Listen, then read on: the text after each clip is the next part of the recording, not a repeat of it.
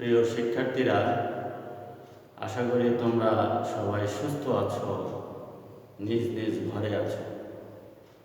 কালকে আমরা জৈব রসায়নের প্রথম ক্লাসটি নিয়েছিলাম। আজকে আমি জৈব রসায়নের দ্বিতীয় ক্লাসটি নেব। আশা করি তোমরা উপকৃত হবে। আর যারা পরীক্ষার্থী বন্ধুরা আছো তাদের জন্য এই ক্লাসটা খুব গুরুত্বপূর্ণ হবে। তো কথা না বলে আমরা আসি। তো আমরা কালকে কথা বলেছিলাম অ্যালকেন, অ্যালকিন এবং অ্যালকাইন নিয়ে, এবং অ্যালকিন, অ্যালকাইন এবং অ্যালকাইনের সাধারণ সংকেতগুলোও আমরা মুখস্থ করেছিলাম। আজকে আমরা সেই জিনিসটি আবার রিভিউ করব। যেমন তোমরা এখানে দেখো, অ্যালকেন সাধারণ সংকেত হলো CnH2n+2। এটা মুখস্থ রাখতে হবে, কারণ এটা একটা ফর্মুলা। মুখস্থ করার একটা সুন্দর বুদ্ধি আছে। এখানে আমরা বলছিলাম n হচ্ছে কার্বন সংখ্যা। তাহলে এখানে কার্বন যত, হাইড্রোজেন তার দ্বিগুণ যোগ 2। কার্বন যত, অ্যালকেনে কার্বন যত, হাইড্রোজেন তার দ্বিগুণ +2। অ্যালকিনে কার্বন যত, হাইড্রোজেন তার দ্বিগুণ, জাস্ট দ্বিগুণ। কার্বন যত, হাইড্রোজেন জাস্ট তার দ্বিগুণ, CnH2n। আর অ্যালকাইনে কার্বন যত, হাইড্রোজেন তার দ্বিগুণ -2, CnH2n-2। এবং আমরা বলছিলাম যে n হলো এখানে কার্বনের সংখ্যা।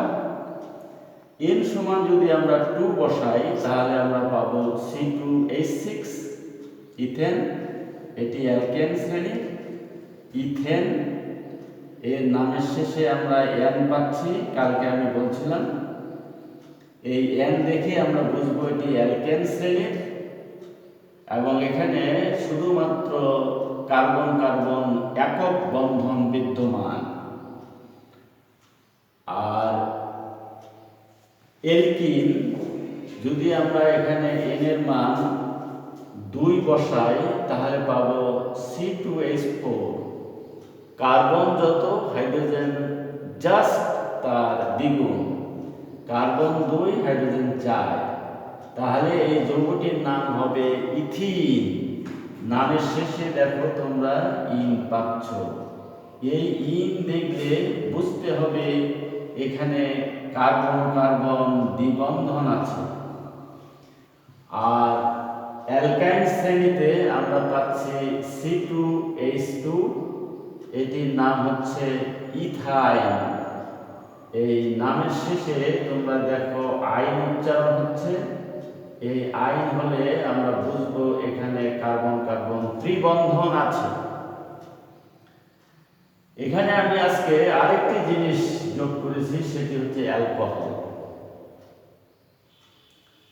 তাহলে এই যে জিনিসগুলি অ্যালকেন, অ্যালকিন, অ্যালকাইন, অ্যালকোহল, এই জিনিসগুলি, এই নামগুলি আসছে কোত্থেকে?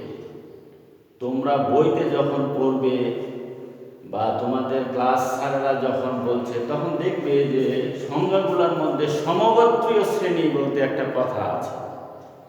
সমগোত্রীয় শ্রেণী। আজকে আমরা এই সমগোত্রীয় শ্রেণী নিয়ে একটু কথা বলব। তাহলে এইগুলি সবগুলি কিন্তু সমগোত্রীয় শ্রেণীর গোত্র। Alkane, alkyne, অ্যালকাইন, alcohol, aldehyde, ketone এবং কার্বক্সিলিক অ্যাসিড।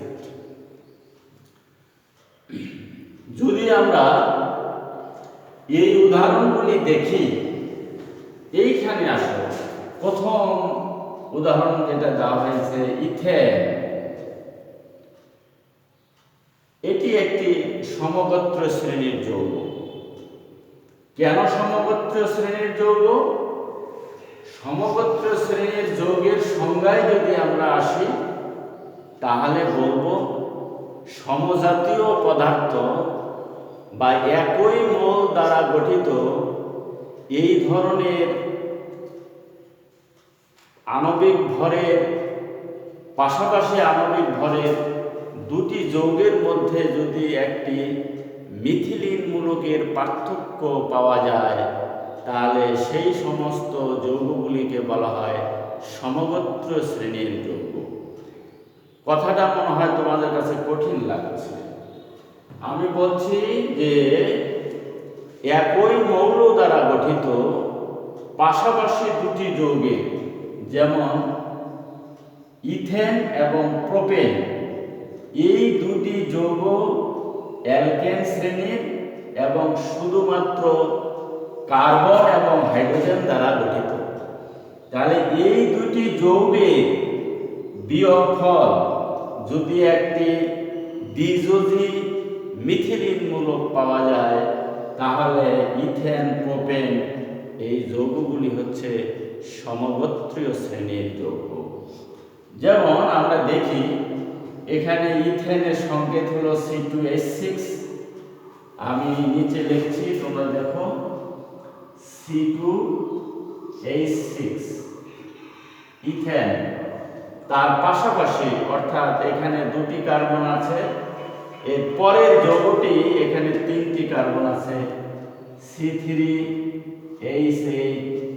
এই দুটি যৌগের মধ্যে যদি বিয়োগ দেওয়া সাধারণ বিয়োগ তাহলে আমরা বিয়োগ ফল পাব CH2 বন্ড CH2। এই বন্ড CH2 বন্ড এটাকে আমরা বলছি মিথিলিন মূলক। এটাকে আমরা বলছি মিথিলিন মূলক। C3H8 এটা বড় যৌগ, এই যৌগ থেকে C2H6 অর্থাৎ প্রোপেন থেকে ইথেন বিয়োগ দিলে আমরা যদি এরকম CH2 মূলক পাই তাহলে সেই যৌগগুলিকে সমগোত্রীয় শ্রেণীর যৌগ বলে। এখানে আমি লিখছি তাহলে এই যে CH2 এটির নাম হচ্ছে মিথিলিন মূলক, এটির নাম হচ্ছে মিথিলিন মূলক। এর কয়টা হাত আছে? দুটা হাত আছে, এই যে দুপাশে দুটা হাত আছে, এই জন্য বলছে দ্বিযোজী মিথিলিন মূলক। তাহলে এই অ্যালকেন শ্রেণীর সব যৌগগুলি সমগোত্রীয় শ্রেণীর। এইভাবে যে কোনো দুটি পরপর যৌগের বিয়োগফল যদি মিথিলিন মূলক পাওয়া যায়, আমরা এখন দেখি অ্যালকোহল এটি সমগোত্রীয় শ্রেণীর কিনা। তাহলে অ্যালকোহলের একটা যৌগ হলো ইথানল, আরেকটি যৌগ হচ্ছে প্রোপানল। এই যৌগগুলি কি দ্বারা গঠিত? কার্বন, হাইড্রোজেন এবং অক্সিজেন। তাহলে আমরা লিখি বড়টা আগে লিখি যেহেতু বিয়োগ করব C3H7OH এই যৌগটা হচ্ছে প্রোপানল। যেহেতু তিনটি কার্বন রয়েছে এই জন্য এর নাম হচ্ছে প্রোপেন যোগ অল, প্রোপানল। আর C2H5OH এটির নাম হচ্ছে ইথানল। তাহলে আমরা যদি এই দুটি যৌগ বিয়োগ করি, H বিয়োগ করলে 0 ও অক্সিজেন বিয়োগ করলে 0, H7 থেকে H5 যদি বিয়োগ দেই তাহলে H2, আর C3 থেকে C2 বিয়োগ দিলে CH, তাহলে দুটি হাত হবে। তাহলে এটির নামই হচ্ছে দ্বিযোজী মিথিলিন মূলক। আশা করি তোমরা বুঝতে পেরেছ। তাহলে যে সমস্ত যৌগ পরপর দুটি যৌগের মধ্যে এরকম একটি মিথিলিন মূলক পাওয়া যাবে, তাহলে ওই যৌগগুলি সমগোত্রীয় শ্রেণীর যৌগ। তাহলে কি আমরা বলতে পারি না যে ইথানল, প্রোপানল, বিউটানল এগুলি সবই হচ্ছে সমগোত্রীয় শ্রেণীর যৌগ। এখন যদি তোমাকে প্রশ্ন করা হয় যে এই দুটি যৌগ সমগোত্রীয় শ্রেণীর যৌগ কিনা, তখন তুমি কি করবে? এটা বিয়োগ দিবে। বিয়োগ দিয়ে যদি এরকম একটি মিথিলিন মূলক পাওয়া যায়, তাহলে তুমি নিশ্চিত হবে যে এই যৌগগুলি সমগোত্রীয় শ্রেণীর যৌগ। সমগোত্রীয় শ্রেণীর যৌগের যদি আমি বৈশিষ্ট্য বলি, তাহলে এদের একটি সাধারণ সংকেত থাকবে। দেখো, অ্যালকেন, অ্যালকিন, অ্যালকাইল, অ্যালকোহল এর প্রত্যেকটির সাধারণ সংকেত আছে। এদের প্রত্যেকের একটি সাধারণ সংকেত থাকবে। আর কি থাকবে? এদেরকে একই পদ্ধতিতে তৈরি করা যাবে, মানে প্রস্তুত করা যাবে, এবং এদের রাসায়নিক ধর্ম মোটামুটি একই রকম হবে। তাহলে আমরা মূল যে জিনিসটা পেলাম সমগোত্রীয় শ্রেণীর বৈশিষ্ট্যের মধ্যে, যে দুটি যৌগের মধ্যে একটি মিথিলিন মূলকের পার্থক্য পাব, এদের একটি সাধারণ সংকেত থাকবে, একটি সাধারণ কার্যকারী মূলক থাকবে, যেমন অ্যালকোহলের কার্যকারী মূলক হলো OH। যে কোনো অ্যালকোহলের কার্যকারী মূলক হচ্ছে OH। অ্যালকিনের কার্যকারী মূলক হচ্ছে C ডবল বন্ড C। অ্যালকাইনের কার্যকারী মূলক হচ্ছে C ত্রিবন্ধন C। আশা করি তোমরা বুঝতে পেরেছ। এবার আমি একটা জিনিস তোমাদেরকে ক্লিয়ার করতে চাই, সেটি হলো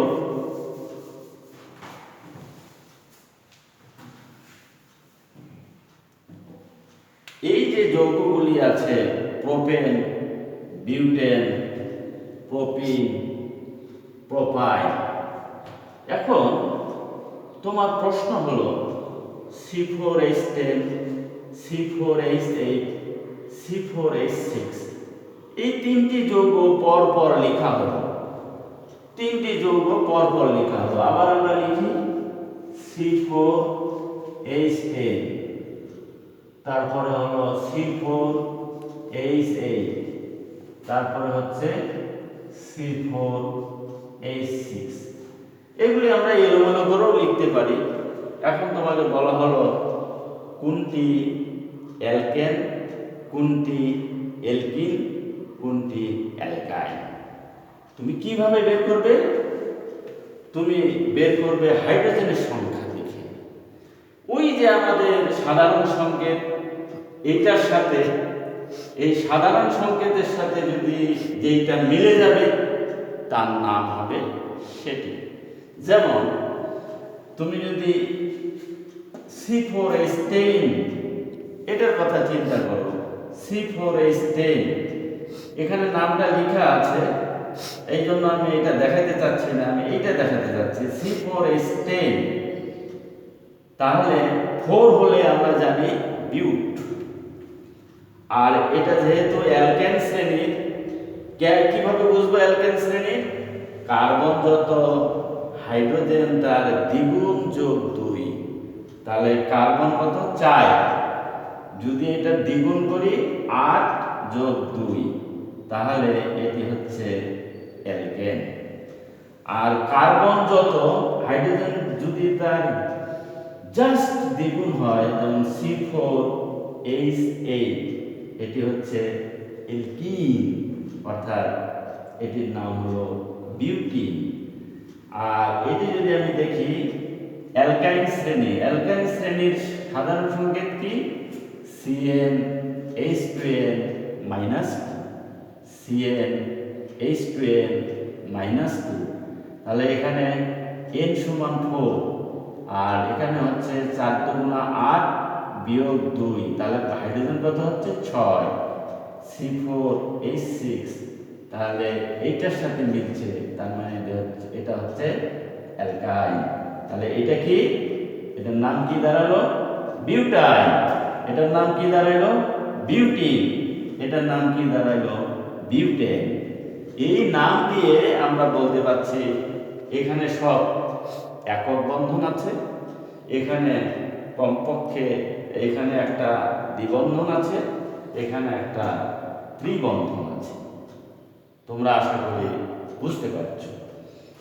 এখন এই যৌগগুলিকে যদি তোমাদের ভাঙিয়ে লিখতে বলা হয়, যে তোমরা এই যৌগগুলিকে ভাঙিয়ে ভাঙিয়ে দেখো, তখন কি করবে? আমি যদি এটা এখন মিশিয়ে দিই, তাহলে আমরা একটু স্পেস পাবো, জায়গা পাবো। তাহলে আমি এখানে মিশিয়ে দিলাম।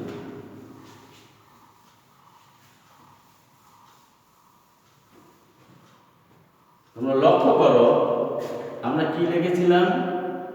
C4H10। কি নাম এটা? বিউটেন। নামের শেষে এন উচ্চারণ হচ্ছে। ভাঙিয়ে লেখার বুদ্ধি কি? এখানে কয়টা কার্বন আছে? 4টি কার্বন আছে। তাহলে 4টি কার্বন দিয়ে দাও। 4টি কার্বন দিয়ে দিলাম। কালকে কি বলেছিলাম আমরা? যে কার্বনের অবশিষ্ট বন্ধনগুলি হাইড্রোজেন দ্বারা পূরণ করতে হবে। তাহলে এই পাশ থেকে যদি আসি, এখানে কার্বনের কয়টা হাত ব্যবহার হয়েছে? কয়টা বন্ধন ব্যবহার হয়েছে? একটা। তাহলে খালি আছে কয়টা? 3টি। তাহলে এখানে হবে 3টি হাইড্রোজেন। এখানে এই কার্বনে দেখো কয়টা হাত ব্যবহার হয়েছে? 2টি। এই পাশে একটা, এই পাশে একটা। তাহলে এখানে হাইড্রোজেন হবে 2টি, এখানেও হাইড্রোজেন হবে 2টি, এখানে হাইড্রোজেন হবে 3টি। এবার তুমি যোগ করো দেখি। 3 2 5 2 7 3 10, H10 মিলে গেছে। আর যদি আমরা C4H8 বিউটিন লিখি, তাহলে এটি তো বিউটিন ইন আছে। ইন মানে কি?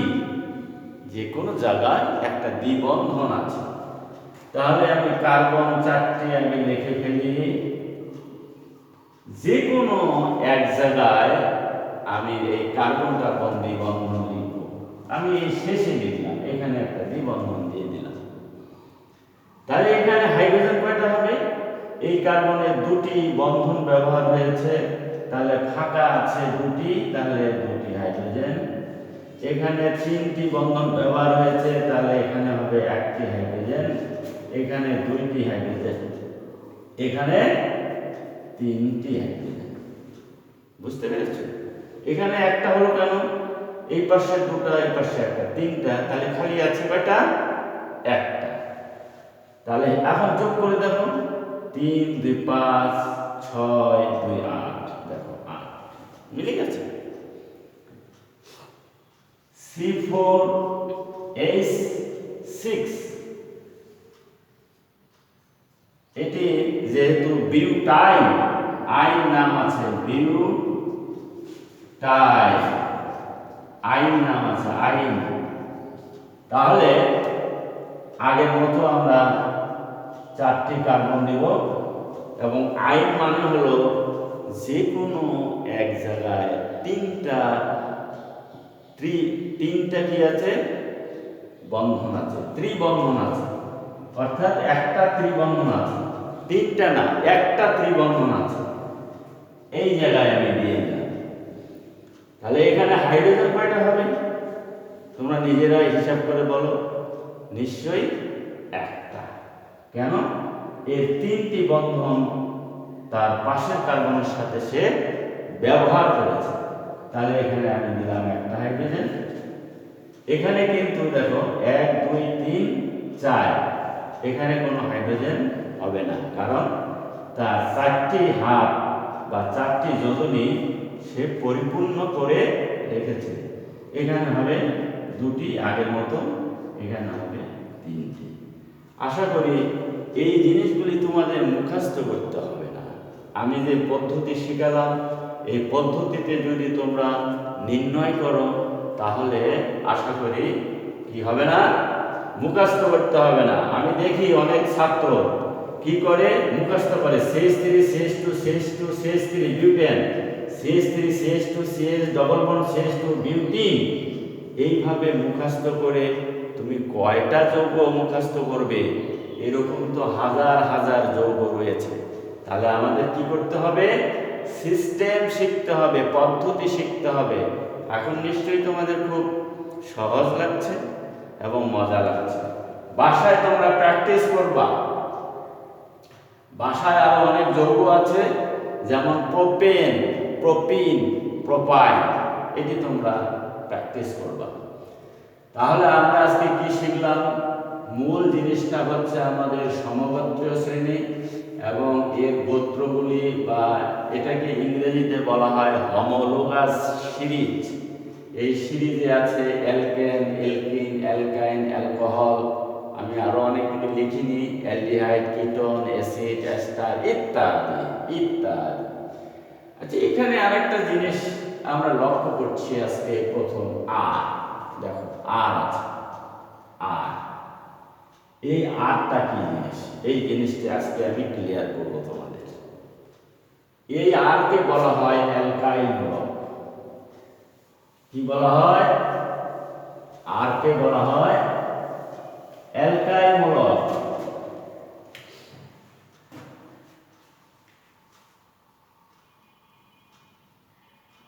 অ্যালকাইল মূলক, এটি লেখা হয় বন্ড আর দ্বারা। এটি আসে কিভাবে? অ্যালকেন থেকে আসে, RH।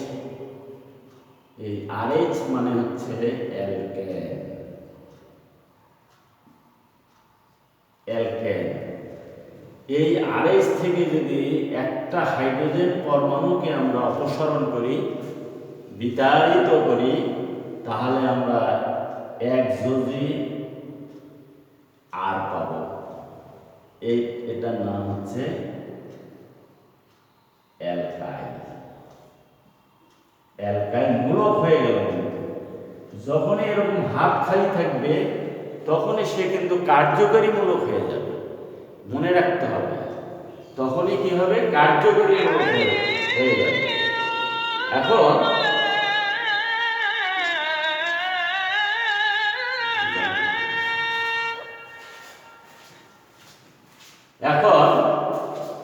এই যে হাত আর বা বন্ড আর, এটাকে আমরা বলছি কার্যকরী মূলকে। আর প্রথম পত্রে তোমরা পড়েছ যৌগমূলক। যৌগমূলক আর কার্যকরী মূলকের মধ্যে পার্থক্য আছে। কি পার্থক্য? যৌগমূলকগুলি হচ্ছে চার্জ বা আদান বহন করবে, যেমন বন্ড উইথ হাইড্রোক্সাইড মূলক, এটা একটা যৌগমূলক। এটি একটা যৌগমূলক। যৌগমূলক। আর বন্ড উইথ, এটি হচ্ছে কার্যকরী মূলক। দুটা কিন্তু ভিন্ন। এ কি করেছে? চার্জ বহন করেছে, মানে মাথায় টুপি দিছে, মাথায় ক্যাপ দিয়েছে, ক্যাপ। তাহলে যৌগমূলকগুলি কি থাকবে? মাথায় ক্যাপ থাকবে, মানে চার্জ থাকবে। এই চার্জটা ধনাত্মক হইতে পারে, ঋণাত্মক হতে পারে। আর কার্যকরী মূলকে কি থাকবে? এরকম বন্ড থাকবে, হাত খালি থাকবে, যেমন বন্ড ওয়েট। এটির নাম হচ্ছে হাইড্রক্সিল মূলক। হাইড্রক্সিল মূলক। আর এটার নাম হলো হাইড্রক্সাইড। হাইড্রক্সাইড, এটি যৌগমূলক, এটি কার্যকরী মূলক।